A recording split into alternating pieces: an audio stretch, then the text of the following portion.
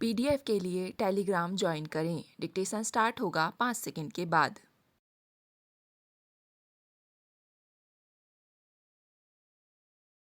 कुछ समय पूर्व प्रधानमंत्री श्रीमती इंदिरा गांधी ने अखिल भारतीय आदिवासी विकास परिषद के वार्षिक सम्मेलन का उद्घाटन करते हुए स्पष्ट शब्दों में कहा था कि देश में आरक्षण की नीति तब तक जारी रहेगी जब तक कि समाज के सब लोगों को विकास के समान अवसर प्राप्त नहीं हो जाते और हर व्यक्ति प्रजातंत्र के फायदों का उपभोग करने नहीं लगता।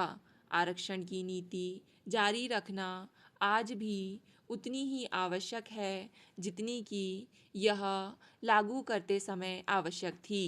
साथ ही उन्होंने यह भी कहा कि भविष्य में निश्चित रूप से एक समय ऐसा आएगा जब आरक्षण की कोई ज़रूरत नहीं रहेगी।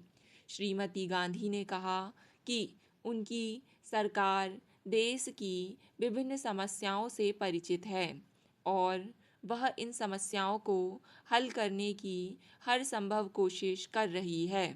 उनकी सरकार ने देश के सर्वांगीण विकास के लक्ष्य को ध्यान में रखकर ही विभिन्न योजनाएं शुरू की हैं ताकि समाज के सभी वर्ग के लोगों को अपनी उन्नति करने के भरपूर अवसर प्राप्त हों और देश तीव्र गति से प्रगति कर सके।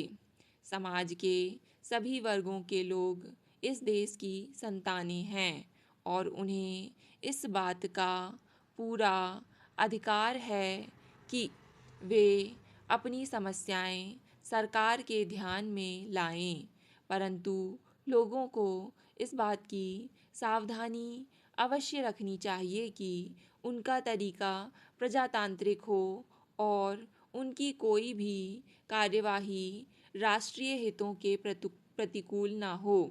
यदि यह सावधानी नहीं बरती गई तो सामाजिक और अवसरवादी विदेशी तत्व स्थिति को बिगाड़ने की भरपूर कोशिश करेंगे और उस हालत में कई नई समस्याएं पैदा होंगी और देश की प्रगति की रफ्तार धीमी होगी तथा राष्ट्रीय एकता कमज़ोर होगी। श्रीमती गांधी ने स्वीकार किया कि आदिवासियों की समस्याओं को अब तक ना सुलझा पाने के लिए कुछ हद तक सरकार भी जिम्मेदार है।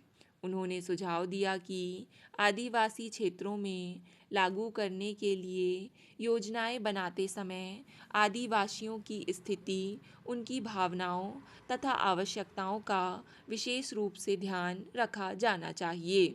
ऐसी योजनाएं हों जिन्हें आदिवासी क्षेत्रों में आसानी से लागू किया जा सके तथा उनसे आदिवासियों को रोजगार के अधिक अवसर प्राप्त हों ताकि उनके जीवन स्तर में सुधार हो सके। ऐसी योजनाओं में वन विकास की योजना भी महत्वपूर्ण है। वनों के उपयोग गिनाने की ज़रूरत नहीं है। ईंधन, इमारती ढांचा और पशु आहार ही नहीं अपितु अन्य कई प्रकार की वस्तुएं वनों से प्राप्त होती हैं। वनों पर हमारी निर्भरता निरंतर बढ़ती ही जा रही है, अतः वनों की अवैध कटाई पर कारगर ढंग से रोक लगानी होगी और वनों का योजनाबद्ध तरीके से विकास करना होगा। इस कार्य में आदिवासियों का सहयोग लिया जा सकता है। इससे आदिवासियों को रोजगार के अवसर भी मिलेंगे और बड़ी मात्रा में वन उपज भी। हमें ऐसे तरीकों की खोज भी करनी होगी जिनके जरिए आदिवासियों को अपनी वन उपज का उचित मूल्य आसानी से प्राप्त हो सके। यद्यपि यह एक चुनौती भरा कार्य है, किंतु जीवन में अगर चुनौतियां ना हो तो वह बेमतलब है।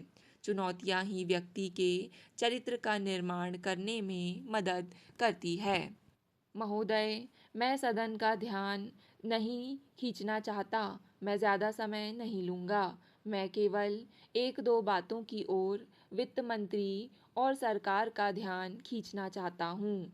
आज बिजली के मामले में राजस्थान की हालत बहुत नाजुक है। यह सही नहीं है। स्टॉप। डिक्टेशन पसंद आए तो वीडियो को लाइक तथा चैनल को सब्सक्राइब ज़रूर करें।